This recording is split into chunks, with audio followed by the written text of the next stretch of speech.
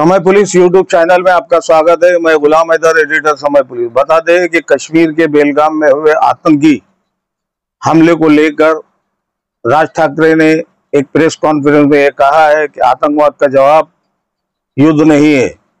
उन्होंने आगे कहा कि पाकिस्तान को क्या बर्बाद करने का, वो पहले से ही बर्बाद है।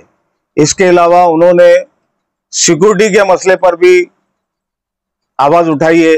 उन्होंने कहा है कि टूरिस्ट की सिक्योरिटी बेलगाम में क्यों नहीं थी, ये भी उनका एक अहम सवाल था। आगे चल के इस खबर में राज ठाकरे का बयान देखिएगा। समय पुलिस यूट्यूब चैनल को सब्सक्राइब, शेयर, लाइक कीजिए। थैंक यू, धन्यवाद। भारतीय वायुदलाने एअर स्ट्राईक केलेल्या आहे पाकिस्तानमधल्या अतिरेकी तळांवरती। जवळपास 32हून अधिक अतिरेकी ठार झाल्याची माहिती देखील मिळत आहे। लष्कराने काही वेळापूर्वी पत्रकार परिषद घेतली, त्यांनी स्पष्ट केलेलं आहे या संदर्भात। मला काय आपल्याकडे भारतात जो आता कुठे ते पहलगामला जो हल्ला झाला, मी ज्यावेळेला त्याच्यावरचं मी पहिलं ट्विट जेव्हा केलं त्यावेळेला मी सांगितलं होतं की ज्यांनी हल्ला केलाय त्यांना ते अतिरेकी दहशतवादी जे कोणी असतील त्यांना आपण धडा शिकवला पाहिजे आणि अत्यंत कठोर असा की त्यांच्या पुढच्या पिढ्यांना लक्षात राहायला पाहिजे। पण दहशतवादी हल्ल्याचं उत्तर युद्ध नसतं, कळलं का? युद्ध हे काय उत्तर नाही। आता अमेरिकेमध्ये 2 ट्विन टावर्स पाडले, पेंटागॉनवरती त्यांनी हल्ला केला म्हणून त्यांनी जरा जाऊन युद्ध नाही केलं, त्यांनी ते अतिरेकी ठार मारले।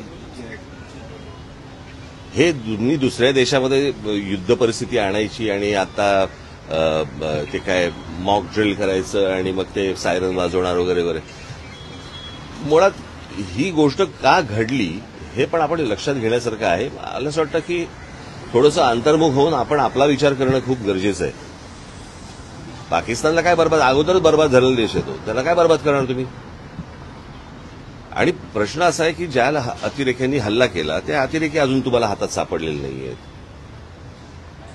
ज्या ठिकाणी इतके हजारो काय ज्याला आपण पर्यटक जिथे जात आहेत, इतकी वर्ष जात आहेत, तिथे सिक्युरिटी का नव्हती, हे मला असं वाटतं हे प्रश्न जास्त महत्वाचे आहेत। आपल्या देशामध्ये कोम्बिंग ऑपरेशन करून ह्यांना हुडकून काढणं हे जास्ती गरजेचं आहे।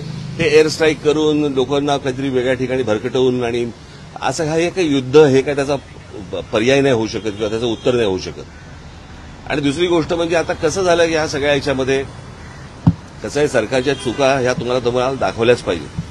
आज ज्या वेळेला हा प्रकार झाला, तो प्रकार झाल्यानंतर ज्या वेळेला पंतप्रधान त्यावेळेला सौदी अरेबियामध्ये होते, अर्धवट दौरा सोडला त्यांनी, तो दौरा सोडून ते बिहारला कॅम्पेनला गेले, कळलं का? बिहारला कॅम्पेनला गेले। मला असं वाटतं ते गोष्ट करायची गरज नव्हती। त्याच्यानंतर ते केरळमध्ये जाऊन तिकडे अदानीचं पोर्टचं उद्घाटन केलं, त्याच्यानंतर इकडे काहीतरी फिल्म इंडस्ट्रीसाठी काहीतरी वेव्हचा कार्यक्रम केला, तिकडे द्याल।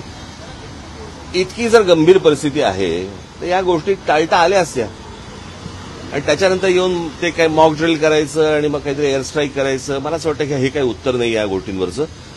जे अतिरेकी आहेत, ज्यांनी हा हल्ला केलेला आहे, मला असं वाटतं त्यांना हुडकून काढणं, त्यांचा बंदोबस्त करणं आणि संपूर्ण देशभर मला असं वाटतं की तुम्ही हे मॉक ड्रिल करण्यापेक्षा कोम्बिंग ऑपरेशन्स करा जिकडे जिकडे तुम्हाला माहिती आहेत। आज आपल्या देशामधला पोलीस दल आणि या सगळ्या लोकांना, खास करून मुंबई महाराष्ट्रामधल्या पोलीस दलाचं तर मी त्यांची प्रशंसाच करेन की त्यांना सगळ्या गोष्टी माहिती आहेत, कुठे कोणत्या गोष्टी चालू आहेत आणि कुठे काय चालू आहे ते, कळलं का?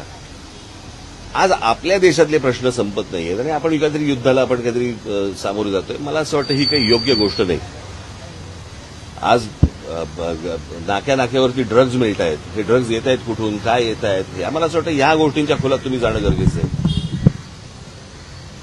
लहान लहान पोरं आता ड्रग्ज घ्यायला लागली, शाळा कॉलेजमधली पोरं, ह्यांच्यापर्यंत ड्रग पोहोचतोय कसा, हे प्रश्न आता सगळ्यात महत्वाचे आहेत। युद्ध हे काही आता ह्याचं उत्तर नाहीये। एअर स्ट्राईकला ऑपरेशन सिंदूर असं नाव दिलेलं आहे, ते प्रश्न परत मी तेच सांगतो ना, हे काही नावं बिवं देऊन ह्याने काही भावनाचा काही विषय येत नाही। प्रश्न असा आहे की तुम्ही नक्की काय पाऊल उचलताय आणि हे इतके दिवस जे काही कार्यक्रम जे झाले, ह्या कार्यक्रमांची काही आवश्यकता नव्हती। ठीक आहे।